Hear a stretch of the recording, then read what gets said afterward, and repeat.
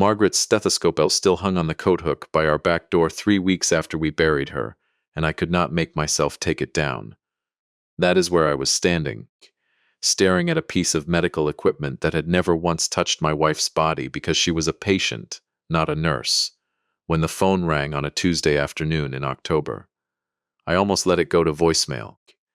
Grief had turned me into a man who screened calls from his own children, but the number on the screen belonged to Riverbend Oncology, and some part of me, the part that had spent 40 years reading blueprints and knowing when a number did not add up, made me answer. Mr. Halloway? This is Dr. Patricia Nguyen. I was your wife's oncologist at Riverbend. A pause. The kind that precedes something a person has rehearsed and still cannot say easily. I need to ask you something, and I need you to understand I would not be calling if I did not think it mattered. I sat down slowly in the kitchen chair that had been Margaret's for 31 years. Go ahead, doctor.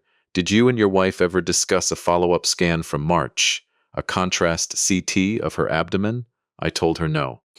I told her the last scan I remembered discussing was the one in January, the one that came back clear, the one that had let all three of us, Margaret, our son Daniel, and me, breathe out for the first time in months and start planning her 62nd birthday instead of planning her funeral. Dr. Nguyen was quiet for 3 seconds too long. Mr. Halloway, there was no clear scan in January. There was a scan in March that showed a mass on her pancreas. I ordered it myself after her blood work came back concerning. I called your son. It's because he was listed as her healthcare proxy, and I explained the results to him directly.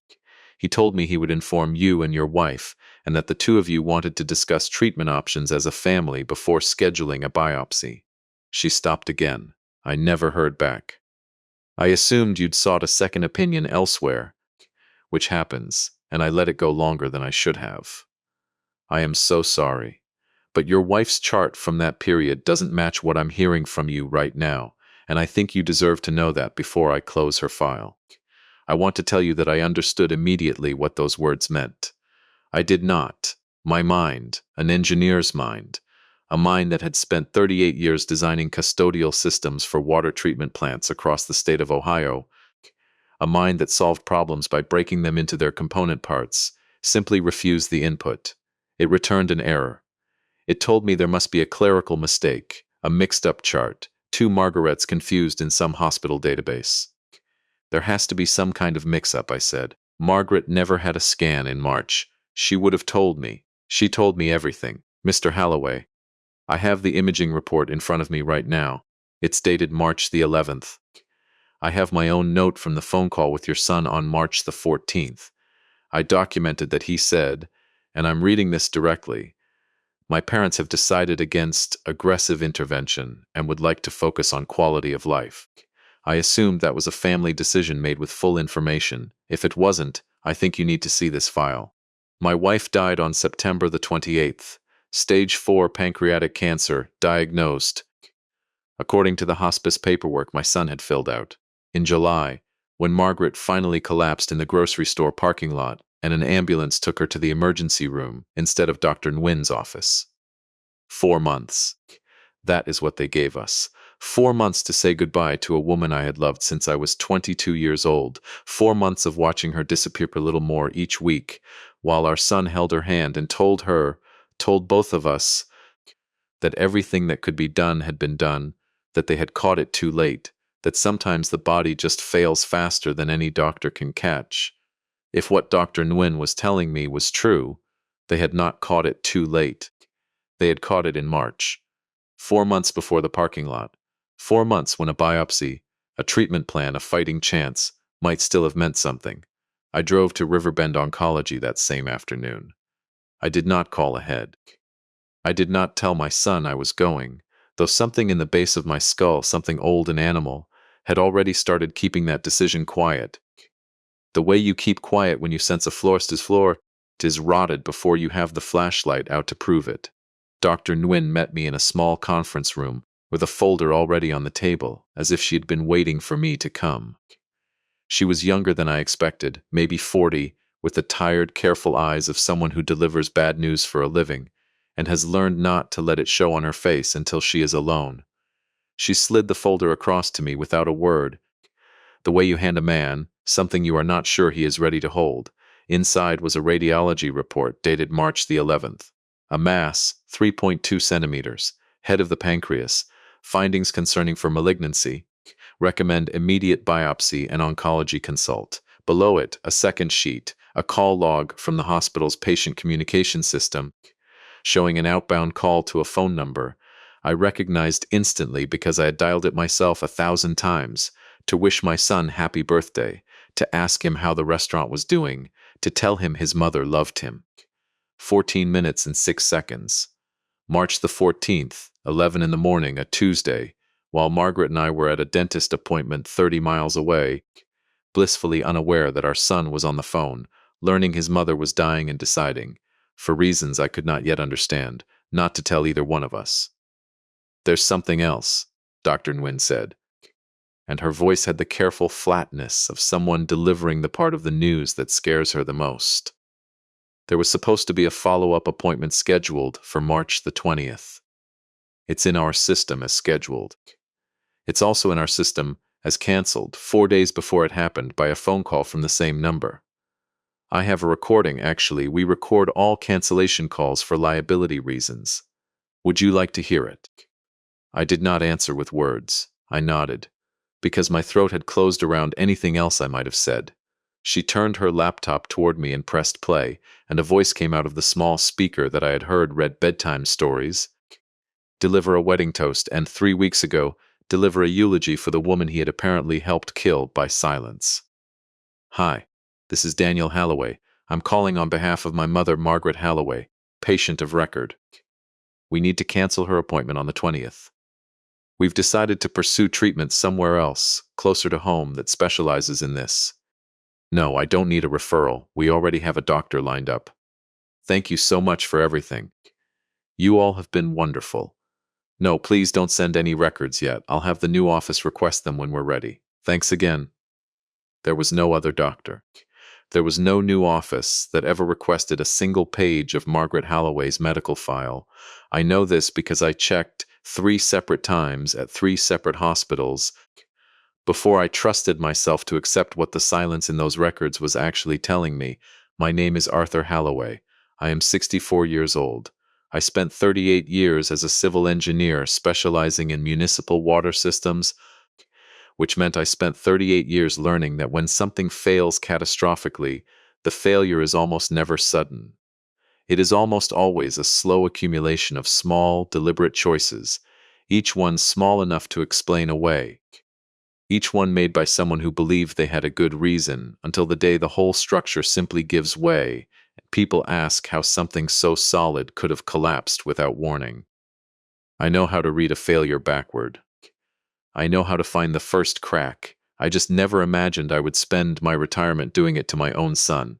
Daniel was 36 years old that October, the co-owner of a restaurant called Marchetti's in the Arts District downtown, a business he had opened 5 years earlier with money, $60,000 of it, that Margaret and I had given him from our retirement savings because he was our only son, and because his mother had never once in her life said no to anything that would make Daniel's eyes light up the way they did the day he showed us the lease. He had married a woman named Ashley 2 years before that, a real estate agent with an expensive smile and a talent for redecorating other people's houses, and the two of them lived in a home in a subdivision called Oak Haven Ridge that always struck me, on the rare occasions I visited, as slightly too large for what I understood their income to be. I did not think about that discrepancy until much later. Grief has a way of making you charitable about things that, in a clearer state of mind, you would have questioned immediately. That night, after I came home from Dr. Nguyen's office, I did not sleep. I sat in my study, the small room off the garage, where I used to spread blueprints across the drafting table Margaret had bought me for our 20th anniversary, and I began doing what I know how to do. I built a timeline. January 14th. The scan Daniel told us was clear, the one that let Margaret plan her birthday party. March 11th, the actual scan, the one that found the mass, the one I never knew existed until a stranger's voice told me over the phone.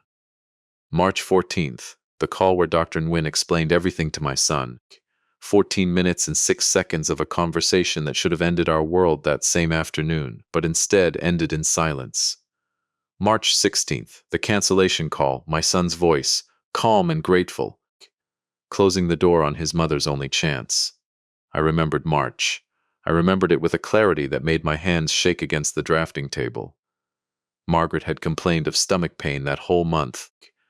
A dull ache she attributed to something she ate, and I remembered Daniel visiting more often that spring, bringing takeout from Marchetti's, sitting with her on the back porch some afternoons, while I was still working part-time as a structural consultant.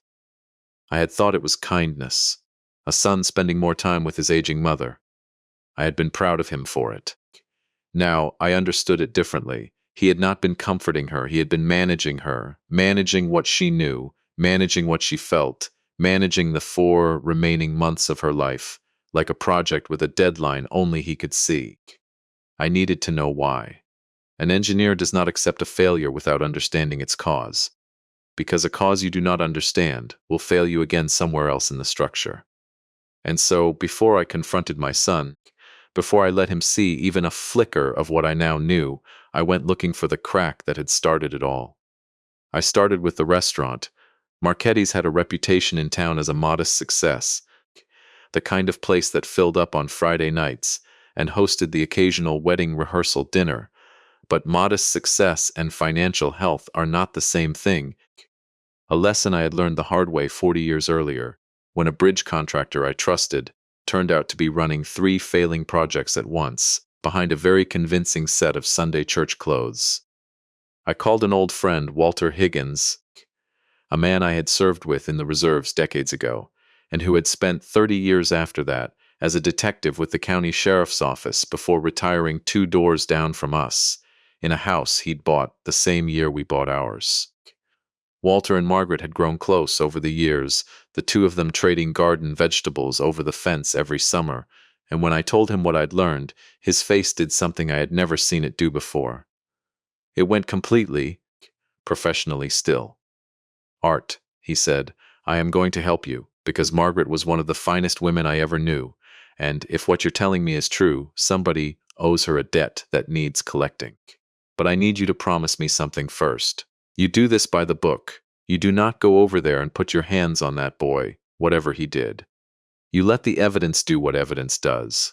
It talks louder than a father's fists ever will, and it doesn't get you thrown in a cell next to him. I promised him. I did not entirely believe myself when I said it, but I promised Walter still had contacts from his years on the force. And within a week he had pulled what public records existed on Marchetti's LLC. What we found explained a great deal and answered nothing at all. The way one broken bolt tells you a structure failed, but not why the bolt was defective in the first place. The restaurant had taken out a second commercial loan 18 months before Margaret's diagnosis, $140,000 against equipment that, according to the filing, had already been used as collateral for the first loan 2 years earlier.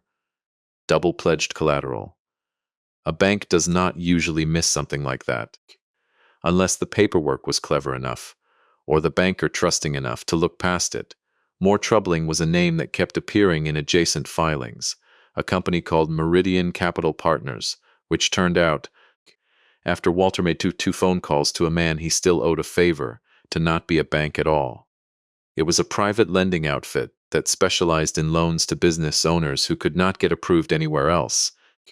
Loans that came with interest rates that would have made a loan shark blush, and terms that turned ugly fast. When payments slipped, Daniel owed Meridian Capital $83,000 as of that February. The February, right before the January scan he told us was clear, though I would later realize even that timeline had been quietly rearranged in his account of things. Small dates shifted here and there so that no single lie had to carry the full weight of the truth by itself. I still did not understand, not fully, what any of that had to do with a canceled oncology appointment. Debt is a terrible thing, but debt alone does not explain a son choosing silence over his mother's life. I needed one more piece, and I found it not through Walter's contacts or public records, but through my daughter-in-law in the strangest, smallest possible way. Ashley called me on a Sunday afternoon in late October, her voice bright and slightly too loud, the way people sound when they are performing normalcy for an audience they are not sure is listening. She wanted to know if Eleanor, our late Margaret's sister, had said anything to me about the estate, about the trust. I told her I did not know what trust she meant. There was a pause, the kind that told me I had just learned something. Ashley had not intended to teach me. "Oh," she said, "I just assumed, since Daniel was managing things for his mom, that you'd have seen the paperwork. It's probably nothing. Forget I said anything. I did not forget. I have never in my life been able to forget a loose thread. Not in a blueprint, and not, apparently, in a family. It took 2 more weeks, and a conversation with Margaret's estate attorney, a careful, silver-haired woman named Louise Ferris, who had drafted my wife's will 15 years earlier, and who agreed to see me only because I was, after all, the surviving spouse with every legal right to ask. Before the shape of the thing finally came into focus, Margaret had inherited $41,000 from her mother's passing in 2019.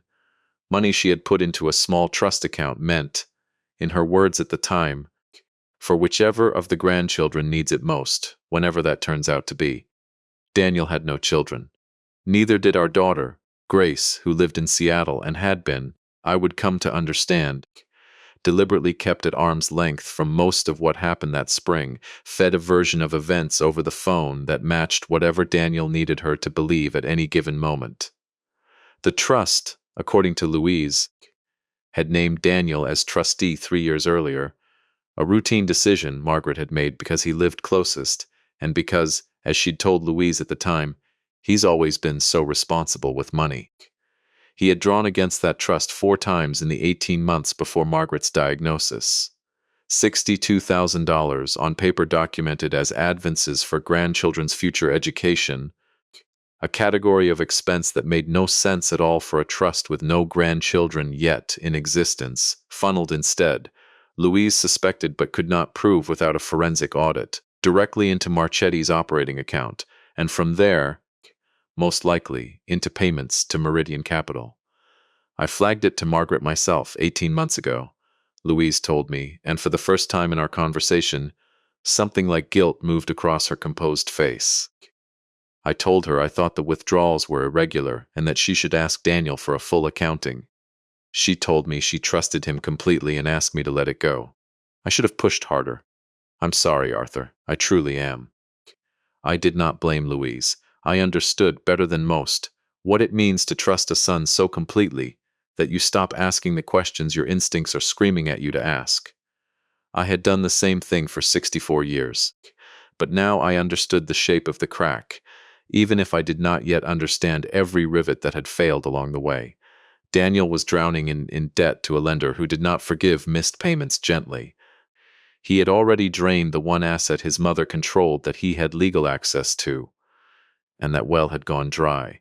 And then, in March, his mother had received a diagnosis that would have required, almost certainly, a serious financial reckoning, out-of-pocket costs for specialists, potentially a fight with insurance over experimental treatments, the kind of medical crisis that puts a family's entire financial picture under a microscope.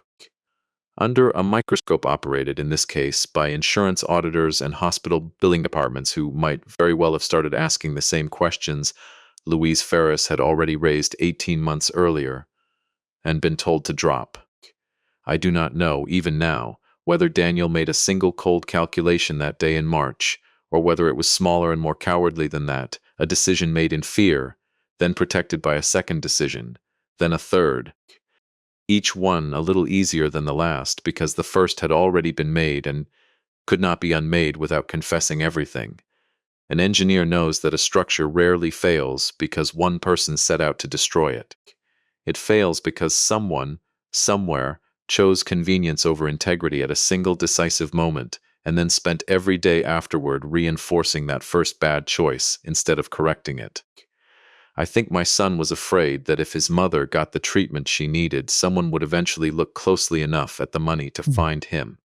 And I think, somewhere in that fear, he told himself a story where letting her go quietly, quickly, without a fight that might expose him, was somehow a kindness, I do not know if he believed that story. I have had to sit with the possibility that he did, that Daniel is not a monster in the way the word implies, but a frightened, indebted man who let one unforgivable choice metastasize the same way his mother's cancer did, cell by cell, day by day, until there was no version of the truth left that would not destroy him. None of that made it forgivable. It only made it comprehensible, and comprehension, I have learned, is not the same thing as absolution. I needed proof that would hold up to more than a father's grief and a retired detective's instincts, because I understood, even in the depths of what I was feeling, that an accusation without proof is just a wound with no bandage, and it would tear this family apart without ever actually healing anything. Walter agreed. You get me something solid, he told me, sitting across from me at my kitchen table with 2 cups of coffee going cold between us, and I know 2 people at the county prosecutor's office who'll take a hard look at elder financial exploitation.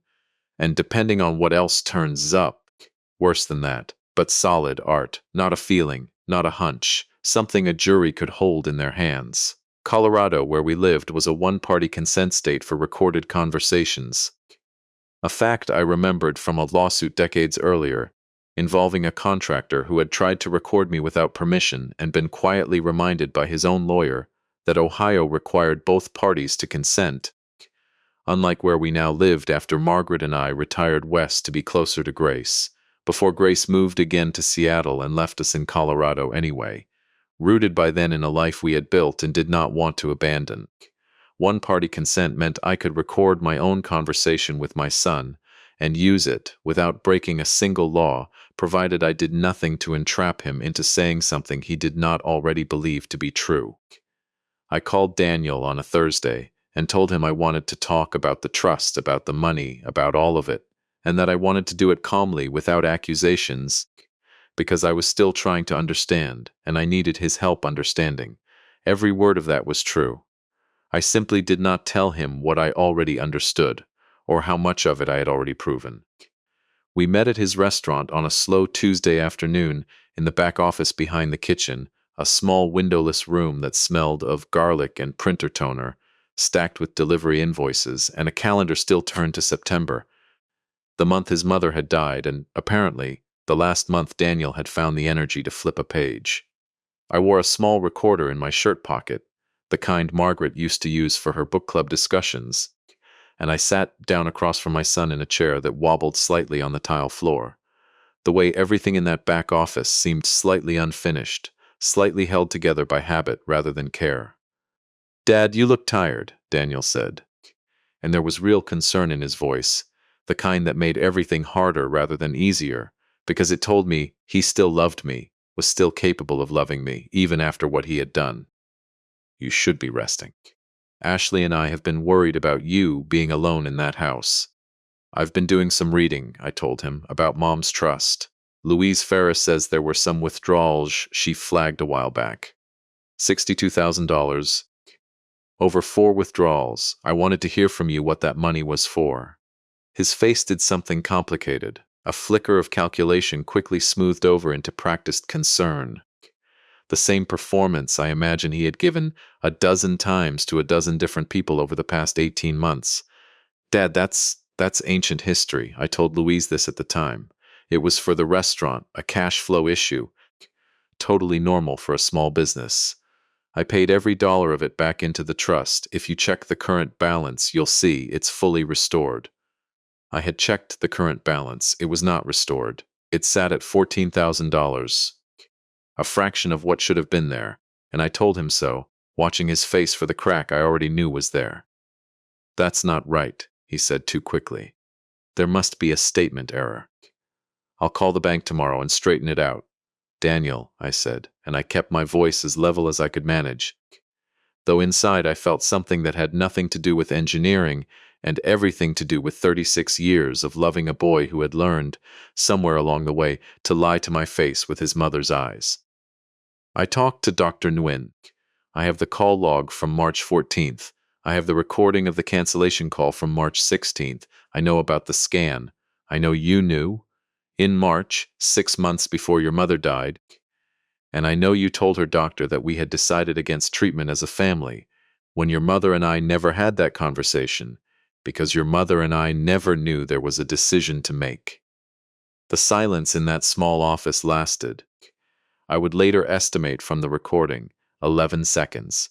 11 seconds in which I watched my son's face empty of every performance he had been running since March, until what was left underneath was something I had honestly never seen on him before, not as a child, not as a teenager, not even in the darkest moment of his adolescence, when we caught him lying about a car accident he'd caused. It was not defiance, it was collapse. I didn't know what to do, he said, and his voice had dropped into something small and cracked, a register I had not heard from my son since he was perhaps 9 years old. Dad, I owed Meridian Capital $83,000. They don't do payment plans, they do collections, and the collections guy had already started talking about liens on the restaurant, on our house.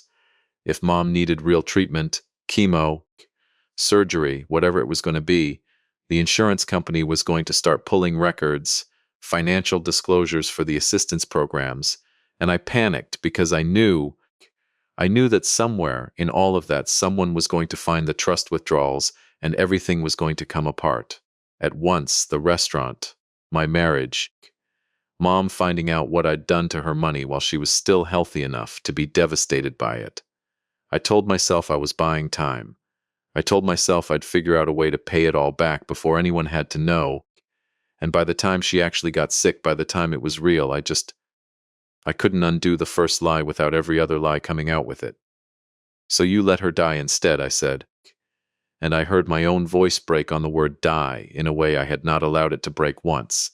Not at the hospital, not at the funeral, not in 3 weeks of silent mornings, staring at a stethoscope on a coat hook. I didn't think of it that way, Daniel said. And I believe, God help me, that this part at least was true, that he had built himself a smaller, survivable version of what he was doing, one lie at a time.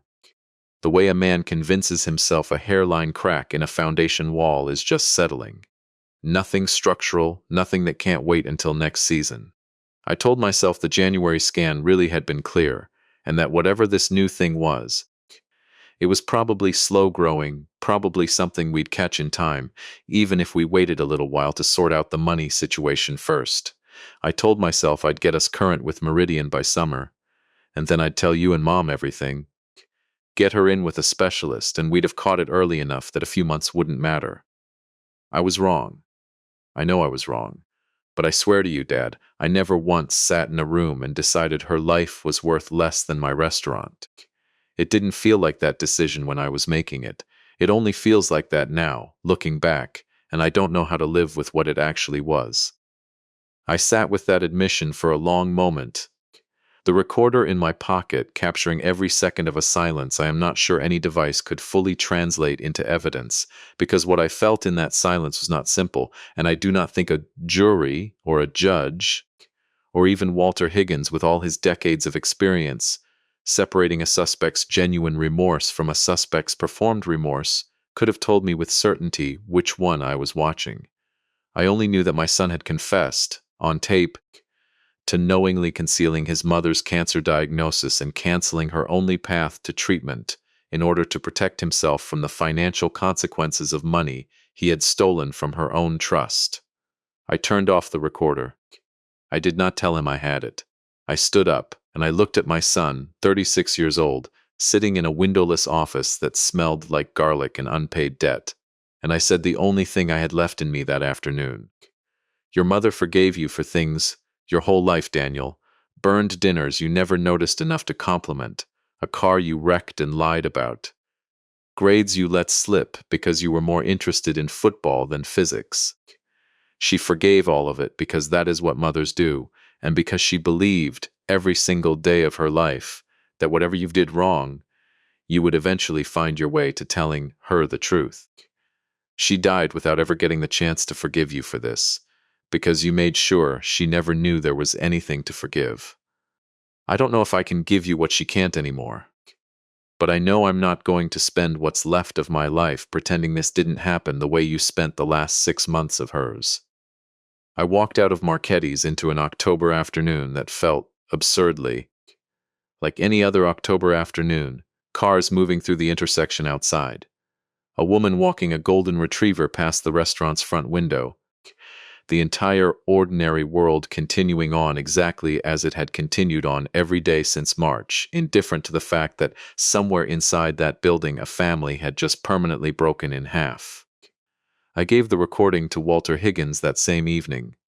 Walter listened to it twice in his study that night, the way Detective Mitchell might have listened to evidence in any other case, except that Walter was not investigating a stranger. He was investigating the boy he had watched grow up 2 doors down, the boy who used to mow our lawn when he was 14 and refused to take money for it because he'd said back then, "You and Mrs. Halloway are basically family." "This is enough to open a case," Walter said finally, setting his coffee down with the careful precision of a man who has spent 30 years learning not to let his hands shake in front of a witness, even when everything else in him wants to. Elder financial exploitation for the trust withdrawals. That part's almost mechanical. Louise Ferris's records, plus the bank statements, will do most of the work. The medical concealment is murkier legally, Art. I won't lie to you. There's no statute in this state that makes it a crime to fail to tell your parents about a diagnosis, even if it's monstrous. But intentionally canceling a scheduled treatment appointment while acting as her healthcare proxy, misrepresenting her wishes to a licensed physician, using a position of legal trust to conceal information that directly affected her medical outcome, that starts to look like something a good prosecutor could build a case around, especially layered on top of the financial exploitation charges. It won't be murder, Art. I need you to understand that going in, so it doesn't blindside you later. But it could be real time. It could be real consequences. Is that what you want? I thought about Margaret in the hospice bed in our living room, the one we'd rented for her final 6 weeks because she wanted to die looking out at her garden instead of a hospital ceiling, and how she had asked me, 3 days before the end, in a voice that had already grown thin and papery, whether we could have done anything differently. "I keep thinking there was a moment," she'd said, "some appointment, some test, where if we'd just pushed a little harder, asked a few more questions, maybe we'd have caught it in time.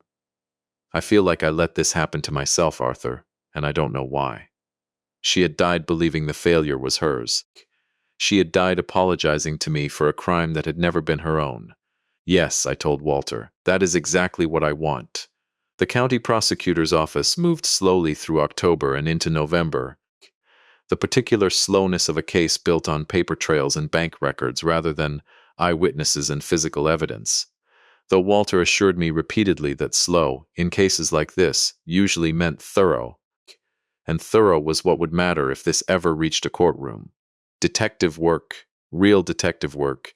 He told me one evening over the fence between our yards, the same fence Margaret used to hand vegetables across every August. It is almost never dramatic. It is subpoenas and forensic accountants, and a district attorney named Rebecca Ford, who read every page of the trust documentation twice before she would even agree to sit down with me. What I had not planned for, what none of us had planned for, was Grace. My daughter flew in from Seattle the week before Thanksgiving, ostensibly to help me go through Margaret's things, a task I had been putting off for 2 months because I could not make myself open the closet where her sweaters still hung in the particular order she had always kept them. Warm colors on the left, cool colors on the right. A system that made sense to no one but her, and that I could not bring myself to disturb. Grace was 39, a pediatric nurse herself, and it was in going through Margaret's old-day planner, the spiral-bound one she kept in her nightstand drawer and used to track appointments in a handwriting I would have recognized anywhere, that Grace found the detail none of us, not me, not Walter, not even the forensic accountant working the trust case, had thought to look for. "Dad," she said, sitting on the edge of the bed with the planner open on her lap, her voice careful in the way that told me she had found something before she said what it was. "Mom wrote down an appointment for March 20th. Dr. Nguyen, 2 o'clock. And then she crossed it out, and next to it she wrote, Daniel says Dr. N moved this, new date to come." Grace looked up at me. "There's no new date anywhere in this planner, Dad. Not for that appointment. Not ever." Margaret had known. Not the full truth, not the cancer, not the betrayal. But she had known there was an appointment. had known it had been quietly rearranged by her son rather than her doctor's office, and had, in the trusting, generous way she moved through the entire final year of her life, simply waited for a new date that her son had promised her was coming and had never intended to provide. It was such a small thing, a crossed-out line in a day planner, and it broke something in me more completely than the forensic accountant's spreadsheets ever had, because it meant Margaret had spent the last 6 months of her life half aware that something did not add up, and had chosen, out of love for her son, not to push the question any further than a single quiet notation in a book only she ever read. I gave the planner to Rebecca Ford the following week. She told me, with the flat professional courtesy of someone who has learned to keep her own reactions out of a case file, that it was the single most damning piece of evidence in the entire prosecution, because it proved, in Margaret's own hand, that Daniel had actively and specifically lied to his mother about the existence of a rescheduled appointment that never came, not merely failed to disclose a diagnosis, but affirmatively deceived the one person he owed the most complete honesty in the world. Daniel was charged in early December with financial exploitation of an at-risk elder and obstruction related to healthcare decision-making, charges that carried, Rebecca Ford told me without softening it, the possibility of significant prison time if convicted on both counts. He was released on bond within a day, and the story, because Marxetti's was a well-known restaurant, and because Daniel's arrest photo made the local news within hours of the booking, spread through our town with the particular speed that small-town scandal always seems to find, faster than justice, faster than truth, faster than any of us were prepared for. Ashley left him within the month.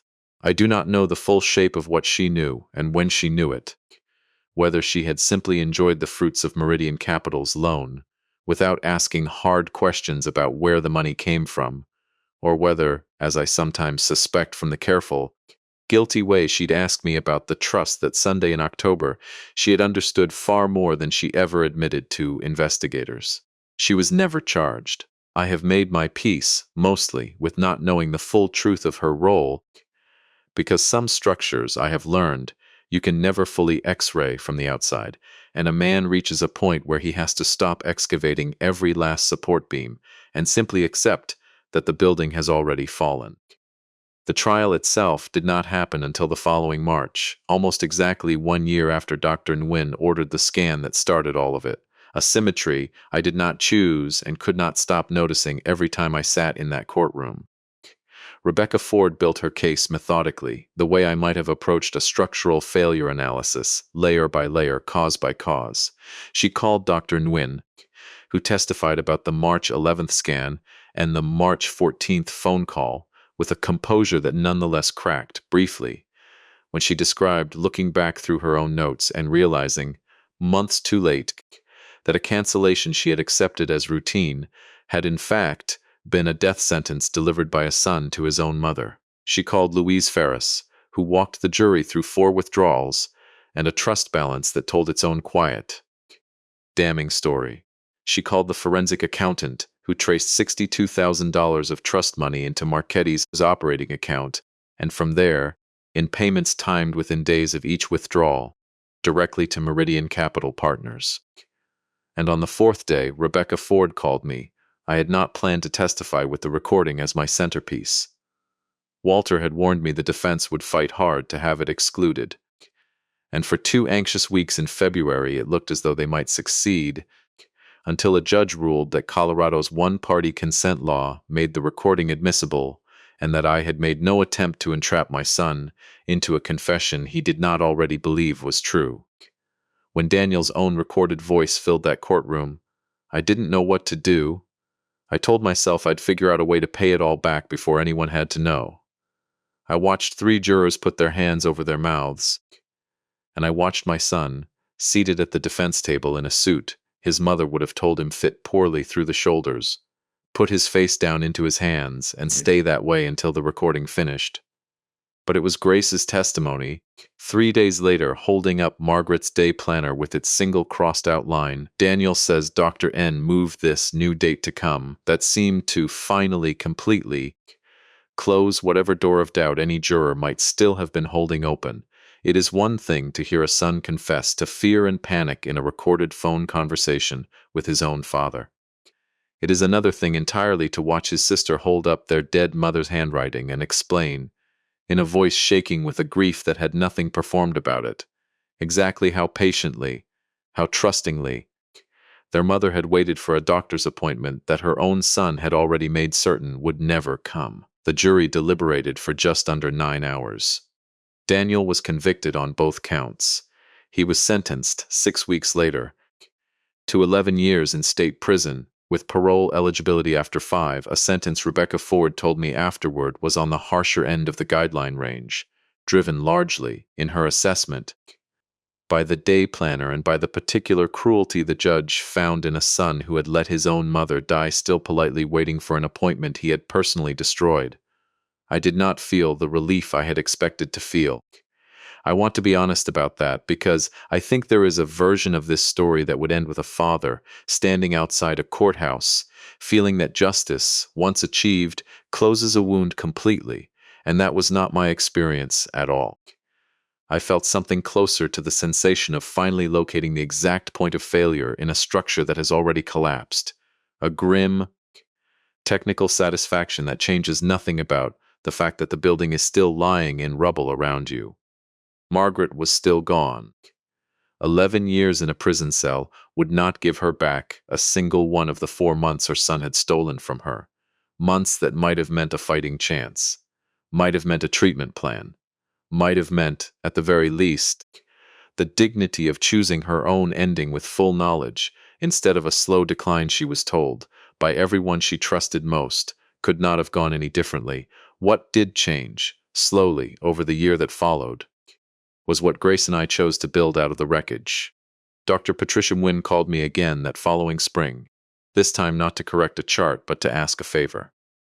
Riverbend Oncology, she explained, had no formal protocol for verifying that a healthcare proxy was accurately relaying diagnostic information back to the actual patient and family, a gap in the system that had allowed exactly what happened to Margaret to happen without a single red flag anywhere in the hospital's own procedures. She wanted to change that, and she wanted to know if I would be willing to help.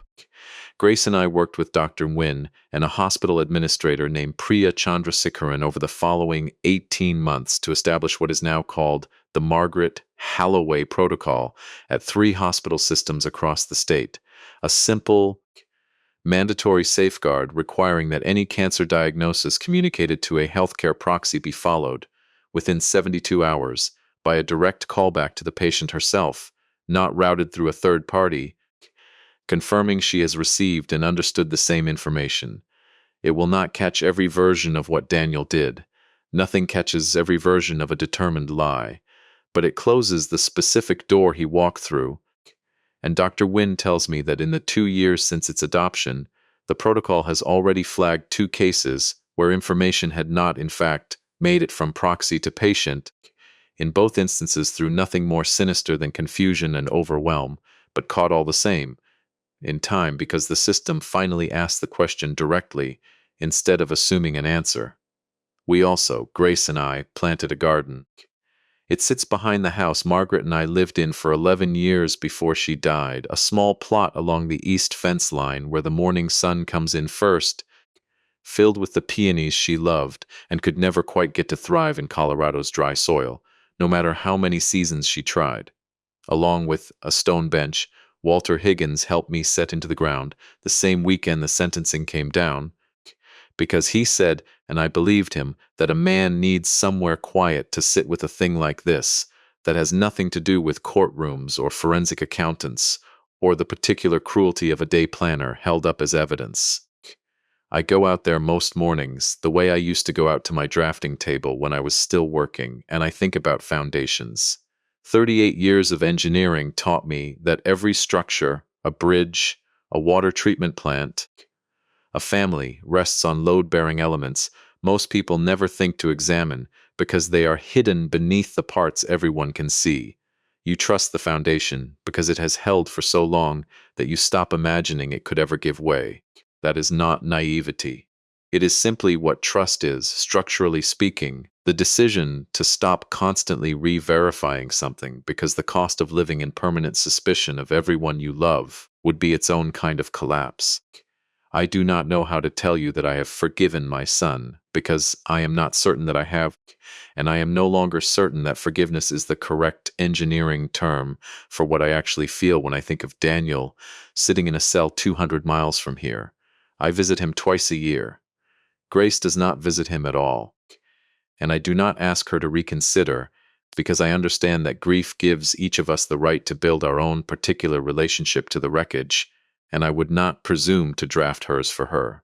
What I feel, when I sit across from my son in that visitation room, is something closer to what an engineer feels standing in the ruins of a structure he designed himself, decades earlier, when the son was young and the foundation still looked solid in every direction he checked. Not forgiveness, not the absence of grief, not even, most days, real hope.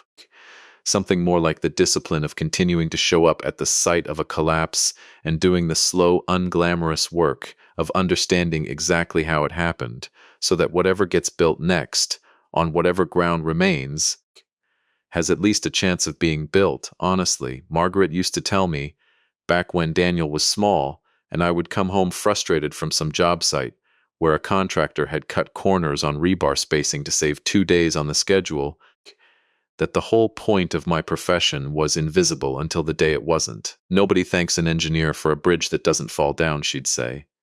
They only notice the ones that do. I think about that almost every day now, sitting on the stone bench beside her peonies, because I understand finally, at 65 years old, 3 years too late to save the person who taught it to me, that the same is true of families. Nobody notices the quiet, unglamorous work of honesty holding a family together until the day someone decides the truth costs more than they're willing to pay, and by then the collapse has usually already started, long before anyone standing on the surface can see the crack. The last time I visited Daniel, in March, almost exactly 2 years after Dr. Nguyen's first phone call, he asked me, the way he has asked me every visit since the sentencing, whether I thought his mother would have forgiven him if she had lived long enough to learn the truth some other way, gently, from him, instead of finding it out from a stranger on the phone after her funeral. I told him what I believed to be true, the only honest answer an engineer or a father has ever really had to offer. I told him I did not know, but I told him that his mother had spent 36 years building a foundation with him strong enough to survive almost anything, and that even now, from wherever she is, I suspect some part of that foundation is still holding, quietly, beneath everything that came after, waiting to see what he chooses to build on it next.